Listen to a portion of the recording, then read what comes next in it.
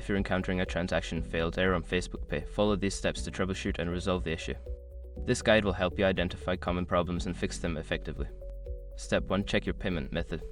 Before filing a refund or dispute, use the sroc.com link in the description to open the refund dispute deadline calculator and confirm your deadline.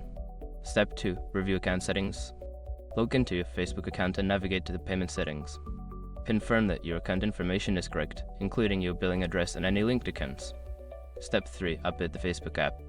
Make sure you are using the latest version of the Facebook app. Go to your devices at Store, check for updates, and install any available updates for Facebook.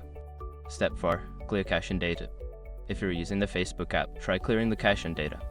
Go to your device's settings, find the Facebook app, and select the options to clear cache and data. Restart the app afterward. Step 5. Contact Facebook support. If the issue persists, reach out to Facebook support for assistance. Provide them with details about the error and any troubleshooting steps you've already taken. By following these steps, you should be able to resolve the transaction failed error on Facebook Pay. If you continue to experience issues, staying in touch with support can help you find a solution.